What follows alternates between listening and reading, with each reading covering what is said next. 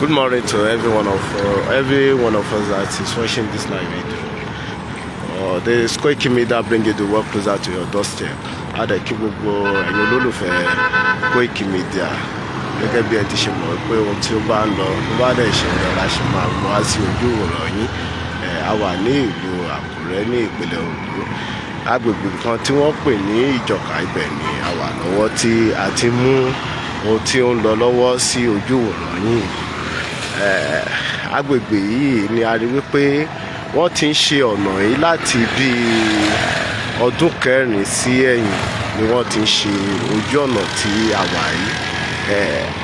Adẹ̀ ń bẹ kó tó di wípé wọ́n bẹ̀rẹ̀ ojú ọ̀nà yìí, late governor ìyẹn Olúwarótìmí Akérédolú ni ó ń ṣe ọ̀nà yìí tí ó bẹ̀rẹ̀ ọ̀nà yìí nígbà tí Olúwarótìmí Akérédolú tí wọ́n jáde kúrò ní ayé tí wọ́n hand over fún present government tí ó wà ń bẹ̀ yìí, ìyẹn gómìnà tí ó wà ń bẹ̀ yìí, ìyẹn Ayédàtiwa Orímisàn Ayédàtiwa. Ojú ọ̀nà yìí jẹ́ àríbá yìí bí erukutu yìí bí ó ti ṣe pọ̀. A dẹ̀ rí wípé látìgbà tí Ayédàtiwa tí wọ́n ti dé orí àléfà ní ìpínlẹ̀ Ondo, ẹ̀yẹn tí wọ́n jẹ́ gómìnà ìpínlẹ̀ Ondo ní ọ̀nà yìí ti dá dúró. A fi àsìkò yìí ń rọ gómìnà Ondo state wípé kí wọ́n jọ̀ọ́ kí wọ́n wá láti kí wọ́n lè wá ṣe ọ̀nà yìí. A mọ̀ wípé Ondo state owó wà ní inú àpò Ondo state láti kí wọ́n ṣe ọ̀nà yìí. Ọ̀nà yìí ò ń ṣe nǹkan tí ó gùn lọ títí tí ò yẹ kí wọ́n ti parí ẹ̀ láti bí ọdún mẹ́rin sẹ́yìn. À ń bẹ gómìnà ìpínlẹ̀ Ondo kí wọ́n jọ̀ọ́ kí wọ́n wá nǹkan ṣe sí i. Tí a bá dẹ̀ rí báyìí, ìjẹ́ rí bí erukutu ṣe pọ̀. Ẹ wo àwọn ọmọléèwé gan tí wọ́n lọ sí iléèwé. Ìjẹ́ rí bí erukutu, kò sí ẹni tí ó lè wọ aṣọ funfun tí ó lè gba ojú ọ̀nà yìí kọjá tí aṣọ ò ní da nǹkan míì. À ń fi àsìkò yìí a fi ń rọ gómìnà ìpínlẹ̀ Ondo Orímisàn Ayédàtiwa wípé kí wọ́n jọ̀ọ́ kí wọ́n wá nǹkan ṣe sí ọ̀nà yìí. Ọ̀nà yìí wọ́n ti ń ṣe ọ̀nà yìí báyìí, ó ti ń lọ sí bí ọdún mẹ́rin báyìí tí wọ́n ti wà ní orí ọ̀nà yìí tí wọ́n ti ń ṣe. À ń bẹ̀ yín, à ń rọ̀ yín. Tí a bá dẹ̀ rí, a rí wípé dust kì í ṣe nǹkan tí ó dáa fún ìlera àwọn ọmọ ẹ̀dá. Kì í ṣe nǹkan tó dáa fún ìlera ọmọ ẹ̀dá. Ẹ jọ̀ọ́, à ń bẹ̀ yín ni, à ń rọ̀ yín.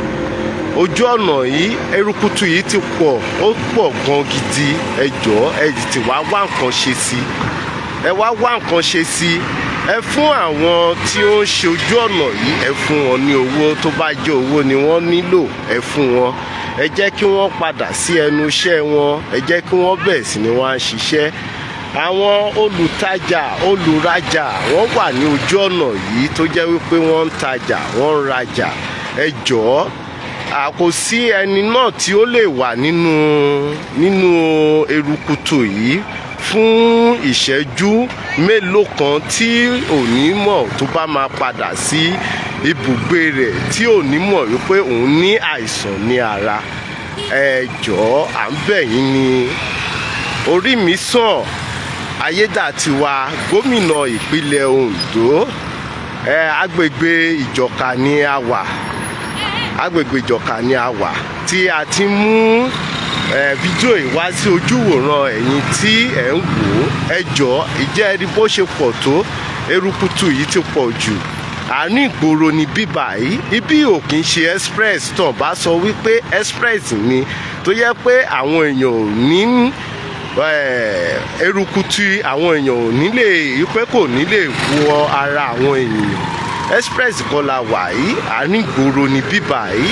Ìjọ̀ka ni bíbà yìí, ọ̀nà Ìjọ̀ka tí wọ́n ṣe láti bí ọdún kẹrin sẹ́yìn. À ń rọ̀ yín ni, à ń rọ ẹ̀yin ìjọba ìpínlẹ̀ Ondo ẹ jọ̀ọ́ ẹ tètè wá dá sí ọ̀nà yìí kẹ́ tètè ṣe à ń bẹ̀ yín ni à ń rọ̀ yín ni ẹ̀yin ìjọba ìpínlẹ̀ Ondo ayédàtiwa orí mi sùn ẹ jọ̀ọ́ ẹ wá láti wá ṣe àtúnṣe ojú ọ̀nà yìí ẹ tètè wá ṣe ẹ jọ̀ọ́ à ń bẹ̀ yín ni erukutu yìí pọ̀ ó pọ̀ gan gidi tó jẹ́ bẹ́ẹ̀ jẹ́ pé wípé àwọn èèyàn gan wọn ò lè avoid ẹ jọ̀ọ́ erukutu yìí pọ̀ kì í ṣe kí ènìyàn tún gba ojú ọ̀nà ó tún jẹ́ wípé ó tún máa padà sí ibùgbé rẹ̀ tó dẹ̀ jẹ́ wípé àìsàn látúbẹ̀ sí ní fi gbogbo ayé rẹ̀ wò à ń bẹ̀ yín ni gómìnà